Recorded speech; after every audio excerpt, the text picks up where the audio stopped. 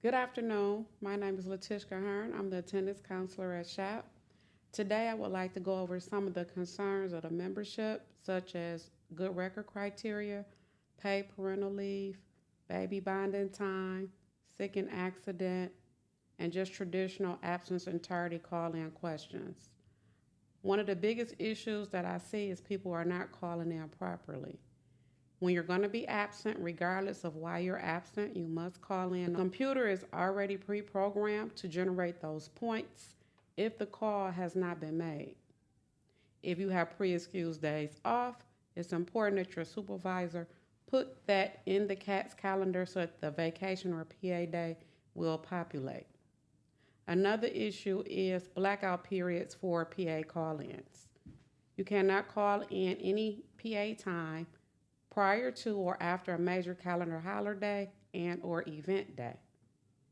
Also, if you don't have more than 2 points. If you have more than 2 points, your PA day will not be accepted and it will cause an occurrence for you on your attendance record. Another concern is sick leave. When a member is ill, sick, or injured, it's important that you call in illness or injury, not personal. Personal will give you an attendance occurrence, and you must call in for nothing less than 40 hours. You must call in a consecutive 40 hours from that day and open up a Sedgwick claim. Hi, I'm Tamika Floyd, and I'm one of the union benefit reps here at SHAP. And I just want to go over that process for Sedgwick when you open up a medical claim. First of all, you are eligible for paid medical leaves only if you're full-time and you have at least 1 year. You have to be full-time with at least 1 year to be eligible for SNA Sedgwick paid medical claim. You must, as Tish said, once you call the call-in line for the company, you must also talk to Sedgwick to open up a claim. You only have 7 days from the first date of absence to open up a paid medical claim. If you do not call within 7 days, your claim will get denied unless it's extenuating circumstances. You can't file an appeal. If it's extenuating circumstances as hospitalization or something like that, we can open up an appeal for you for that 7-day rule. But if it's not that, they're not they're not turning over any claims for the 7-day rule unless it's extenuating circumstances. So please make sure when you call the call-in line, you talk to Sedgwick, you open up a claim, make sure you treat and see a physician. You cannot wait multiple days to see a doctor. Your doctor have to put you off on a medical. You cannot put yourself off on a medical. They have a 3-day waiting period. So you have 3 days to go treat with a physician. If you don't treat within those 3 days and you wait, they won't start your claim until you treat with a physician. So please make sure you treat and don't wait. Hello, my name is Damon Sanders. I'm one of your union benefit reps for UAW Local 1700 at Sterling Heights Assembly Plant. To piggyback off Tamika's 7-day rule, we also have the 30-day rule, which is when your physician does not turn in the proper paperwork back to Sedgwick. So sometimes we have to stay on our physicians and go maybe multiple calls, maybe even visit the doctor after you've seen them to be treated to make sure that they send the paperwork over to Sedgwick. One of the issues that slows it down is they only operate by fax. So Sedgwick will fax the paper over to the doctor. The doctor has to fill it out properly, stating everything that's involving your case and your illness, and fax it back over to Sedgwick. And sometimes that takes days. If that does not happen, meaning the doctor does not send the paperwork back over to Sedgwick in 30 days, then your claim can be denied for what they call the 30-day rule. So please keep on your doctor if you have to about sending the paperwork back, specifically faxing it back to Sedgwick so you don't have your claim denied for the 30-day rule. Please keep in mind also that you have to call both. You must call 1-800-810-2271 to Stellantis. That's the Chrysler call-in number.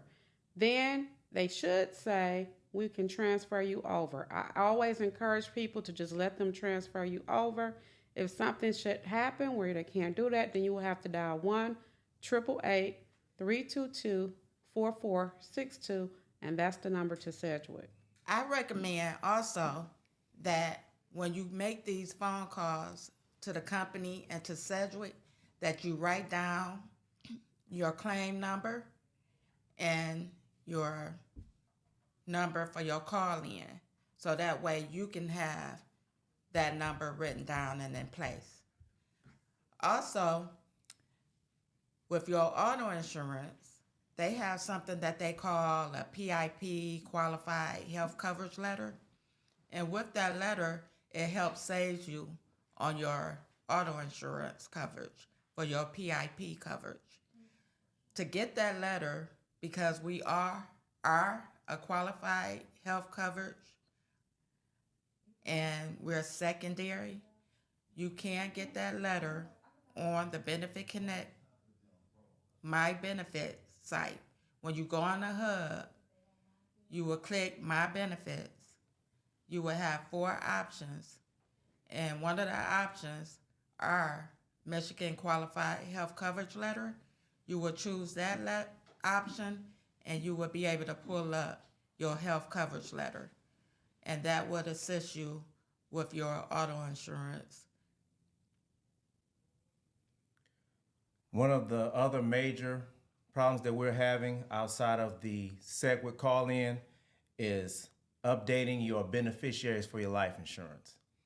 This is very important because unfortunately we've had members pass away and they either don't have a beneficiary, they have someone that maybe have passed away before them, or sometimes they have someone that they did not want to be on there for whatever reason. So we encourage everyone, please update your beneficiaries. You can either call one of us or you can call Benefit Connect at 888-409-3300. And you can have multiple beneficiaries. You don't have to have just one. You can split it up in percentages. Also, if you have a beneficiary that's under the age of 18, you can contact UAW Legal Services and they will assist you with putting the portion of that person's insurance beneficiary into a trust fund. Merrill Lynch, involving your 401k. Also update your beneficiaries through Merrill Lynch. Sometimes, once again, if you pass away and you have 401k money with Merrill Lynch, you must have a beneficiary down for that as well. Okay, also, this year, the company is offering the IPR retirement buyout package for those who can retire with a pension. Keyword, those who can retire with a pension. They are offering that IPR package for the $50,000. That is company regulated, so you have to go to HR to sign the paperwork for that $50,000 if you wish to retire with it. We suggest that you fill out that paper the beginning of the month that you want to leave. So turn that in to HR, and then we have to wait till HR send the approval saying that Manpower is allowing you to be released. And then once they confirm with us that your board or whoever's in charge of releasing you from that department, they would then let us know. Then we will contact you and let you know you're all set. We can initiate your retirement, and we will go from there. You only have 7 days from the time you turn it in to HR to cancel it. So keep in mind that you want to be sure that you're ready before you turn it in, because if you pass the 7 days, you won't be able to cancel it. Also, we want you to bring the documents in at least 3 months ahead of time. It would be your birth certificate. If you have a spouse, your spouse birth certificate and a marriage certificate. Also, we need the banking information where you want your pension check to go to. That includes the routing number and account number. Any tax information as far as how much you want taken out for your taxes. And most importantly, if you had any divorces after 1984, we need your quadro or divorce decree from when you got divorced to make sure your ex-spouse doesn't get part of your pension. So these are the things that we need in advance, so you can bring that before you turn in your IPR to HR. So therefore, once they approve you, we already have everything in place and we can initiate your retirement. As far as the retirement process, like Tamika said, you can only officially retire the last day of the month. So whether you take vacation that last month, the week that you're working, or whatever the case may be, and you're not there, that doesn't really matter as far as the retirement is concerned. Officially, we have to set it up for you to retire the last day of whatever month you're trying to leave, which is why Tamika said, don't go to HR no earlier than the first of the month that you want to leave, because in that IPR application, it states that they have the discretion of when they can ask you to be released or leave the company. You may or may not be ready, so don't go too early. The benefit process, the retirement process, once you get a release from HR, then we can initiate your retirement. The retirement process goes as, once we initiate it and we get the packet back from Benefit Connect, then we'll give you a call and set up an appointment for you to come in and sign your paperwork. At that time, we will give you your health coverage information for your dental, vision, hearing. Also, we'll let you know when your cards will come in the mail and things of that nature. If you or your spouse are at least 65 years of age, you have to apply for Medicare Part B. That process goes, one of us will fill out the application, give it to HR to get it signed, and then we will have you come get the document and take it to Social Security. As of right now, they're telling us that Social Security appointments are 6 to 8 weeks out. So that kind of ties in with Tamika saying, come see us about 3 months before you're ready to retire. So if you, like I say, if you or your spouse are 65, one or both of you would need a Medicare Part B application. What that is for is, once you turn 65, the UAW VIVA Trust, who is responsible for your health coverage, they will only cover you at 20% once you turn 65. So if you retire without getting your Medicare Part B form to Social Security, then you only have 20% of your health coverage when you leave. So the Medicare Part B form is very important.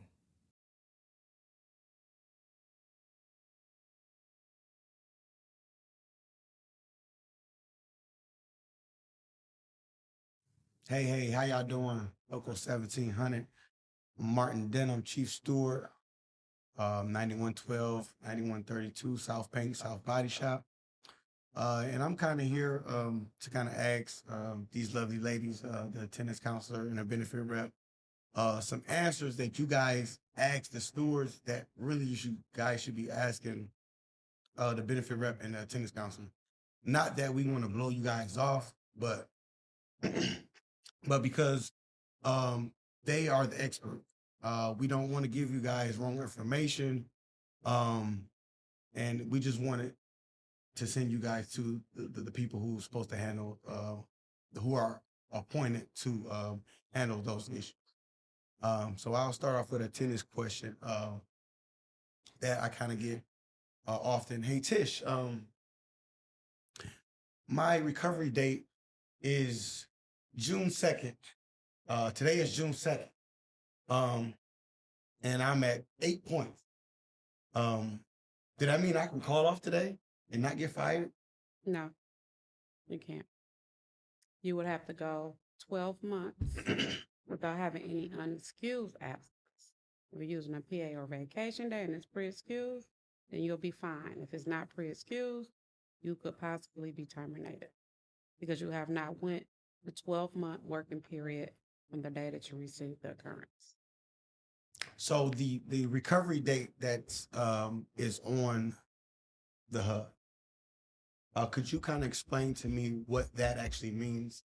So the recovery date that's on hub typically is from the last point that you received.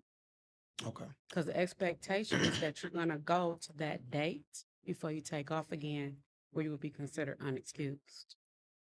Okay. So do I have to actually work the next day after for that point to fall off, or? Yes, because that recovery date means that once that date comes up, you must work your schedule in and out in order to recover. If you take off on the day that is there, you haven't recovered from your 12-month, or in some cases, if you got less than 2 points, you haven't recovered from your 90-day process. Okay. Okay.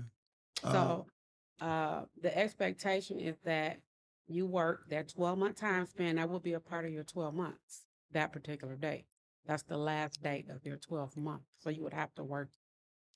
Okay. So, and let's talk about the call-in PAs. Right. I know we recently just got the notice out that says we can't call in on the Mondays. And I know that they don't send out notices for the actual holidays, but it is contractual that we cannot call in PA days the day before or the day after holiday. I know the last contract is stated that it had to be within that work week. But this contract, I know they worded the language differently.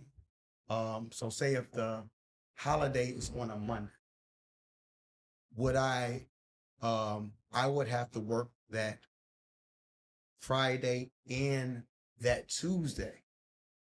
It says that last scheduled day before and after in order so that you wouldn't get, you can't call it now.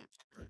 So it says the last scheduled work day. In our case at SHAP, our last scheduled work day could be Saturday or Sunday based on our plant currently specifically because we almost run a 7-day operation. But we definitely run a 6-day operation. So whatever your last scheduled work day is prior to and or after that major calendar holiday for that calendar year, you can't call in. You can't call in before or after a layoff period. We got layoff coming up July 6th through the 11th, and you can't call in your PA time, as well as if you have more than 2 points, you cannot call it in. Okay. Now we're going to talk about some benefits. Tamika. Yes. How could I got a little crooked tooth, right? What is my best options to, as far as getting some braces to get that fixed? Something kind of like mine.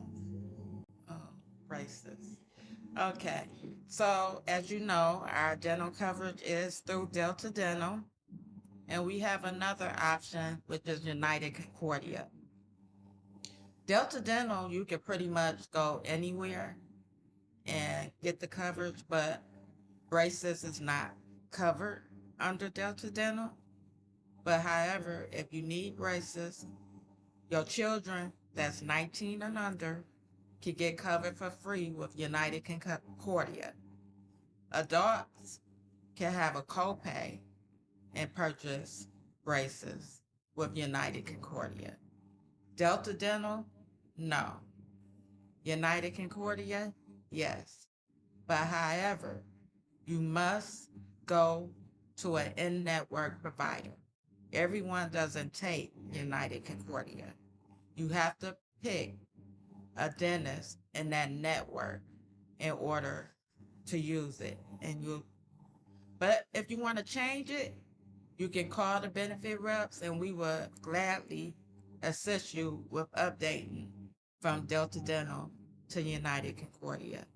You have to stay on that. Once you change it for a rolling enrollment, you have to stay on it for a year. Stay on that plan a year before you can change it again. Yeah. So I did. I was interested in getting some braces. We got the benefits. Hey, let's make my teeth perfect. I came to Tamika. She told me what I needed to do. Hey, switch to like United Concordian. Switched it that next month was good, and I believe all your kids, all your dependents have to go to that same dentist. Yes. Whoever on your coverage, they all switch. So you have to pick in. Most people go to Great Expressions, but as long as they're in network. Yeah, and you do have a list of everybody that's in network. So it's pretty easy. If y'all want to get your teeth fixed, hey, look, make them perfect. They pay for it. Take advantage of, our benefits. Yeah. Another thing, let's jump to bereavement. A lot of questions I get that some stewards get about bereavement. And I know we all have family members that are not biological family members. Unfortunately, we cannot take bereavement for family members who are not your biological family. Is that correct? That's not a benefit question. Yeah. So Would that be? So depends. Okay. It's funny you ask. I have a gentleman that his grandfather adopted him. He didn't know it. Okay. But his grandfather, so he still call him grandfather. But his grandfather actually had adopted him. And he didn't find out till he was an adult. So he still called him grandfather. But because his grandfather adopted him, legally is his father. So his birth certificate has his grandfather's name as father because he legally adopted him. So he said, I don't want to get fired. I don't want them to say that I'm submitting falsifying, misleading information to the company. What am I supposed to call in and say? So I had a conversation with the lead labor generalist. She said, Tish, tell him to call in exactly what his birth certificate says. And then she'll manually, if an issue come out of it through corporate, through payroll, she'll manually go in, send an explanation, and we'll get him processed. So in fact, even though we know it's his grandfather, but legally it's his father because he got adopted and he didn't know that after the fact. So he had to submit that paperwork. So when in doubt, ask. Yes. Always, and the earlier the better. Don't wait till the last minute. The earlier. I also had another issue where a lady, they had the same last name, same everything. Problem is she didn't submit the paperwork in a timely manner. And I mean, it was like 30 days after the situation. That do happen sometimes. Some people live out the country. Some people are born down south. Some people don't, if something happens with their credentials where they can't get it as timely as others. I always encourage people and tell people at orientation, make sure you know where all your important documents are because you will need them while you're working for Stellantis. They will ask for them at some point. Life do happen. You need those documents. Now I have situations where the system will kick it out and say it's untimely, but I always tell people to call their committee person because the committee men can get certain things done even after the 30-day time frame. But if we don't know what's going on, then if people go around, I got these points, I even got these points for bereavement. That's some bullshit when nobody help them. Well, we don't know what happened. So when the system is programmed to automatically populate the bereavement hits until you submit the proper documentation. It's set like that for everyone. Yeah. So the important is the documentation. Yeah, so what I see a lot is when employees, you have to call in when you're doing your briefing. Still call in, the normal standards apply. You have to call in an hour prior to that scheduled shift. You can call in even earlier than that, but it has to be at least an hour prior to your scheduled shift. And I know some people, we talk about this also. When you call, your start time is 5:30 and you calling in at 4:30. The system, you call in at 4:30 and some second, the system is gonna lag. Yeah. There has been some people who kind of got off because of their steward or, negotiate. Try to call in before or whenever, an hour before your start time. Make it an hour. And if they're on hold, they got you on hold, add that screenshot. Or on that site, put it in on the website, on the hood. But with bereavement, jury duty, make sure y'all call in before the shift. And it may populate as a point because it'll show up as a point until it's approved. So don't panic.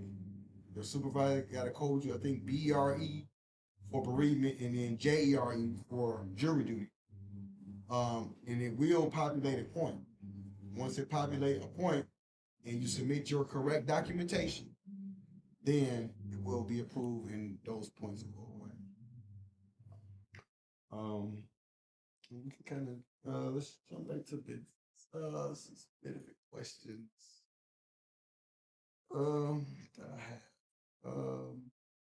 Sedgwick. Talk about, and I guess both of you can maybe piggyback off this. A lot of people are getting attendance hits, and a lot of people are getting terminated for not properly doing their Sedgwick claim. They feel like, or even with FMLA. I call FMLA, call it in. You still have to call the call-in center for the call. That's really the most important thing. But when it comes to Sedgwick, how long do they have to file their claim? 7 days. And you have to be treated within how many? You have a 3-day, what they call a 3-day waiting period. So you have 3 days to treat with a physician. It's best that you do it right then. Because if you wait longer, you pretty much saying you put your own self off work. So if you treat right away, your doctor is supposed to be the one putting you off. So if you wait a week later, then what doctor put you off work? You can't just put your own self off work. A doctor have to put you off work. But my doctor can't get me in for two weeks. What am I supposed to do? You have to treat. So, If you don't treat, what's going to happen is Sedgwick may not cover you to the day you treat it. So if you wait 2 weeks, the 2 weeks before, you can get, it won't get approved. Yeah, and you will get started from the date of treatment.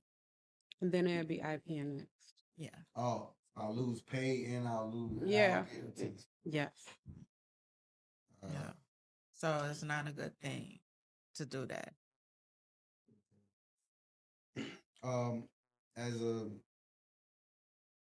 We'll talk about attendance when it comes to, I know we had TPTs and that just moved to full-time temps. Mm-hmm. Do my attendance get reset? Yes. So your supplemental time does not roll over into your full-time time. Well, no, I'm talking not full-time employee, I'm talking about full-time temp. Oh, so no. Yes. No. They'll stay the same, but they will eventually, depending on how long they stay a full-time temp, they will start earning PA time. Just depends on, how long, if they make that cut. Right. Yeah. And I know a lot of temps, they ask this question off, on full-time temp.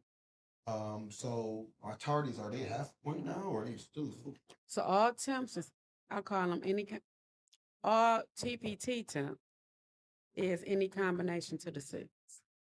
Okay. When I say any combination, absence or tardy, and they're all full points. There's no halves for them. And it takes 12 months for them to recover as well from a point, regardless of what the point is.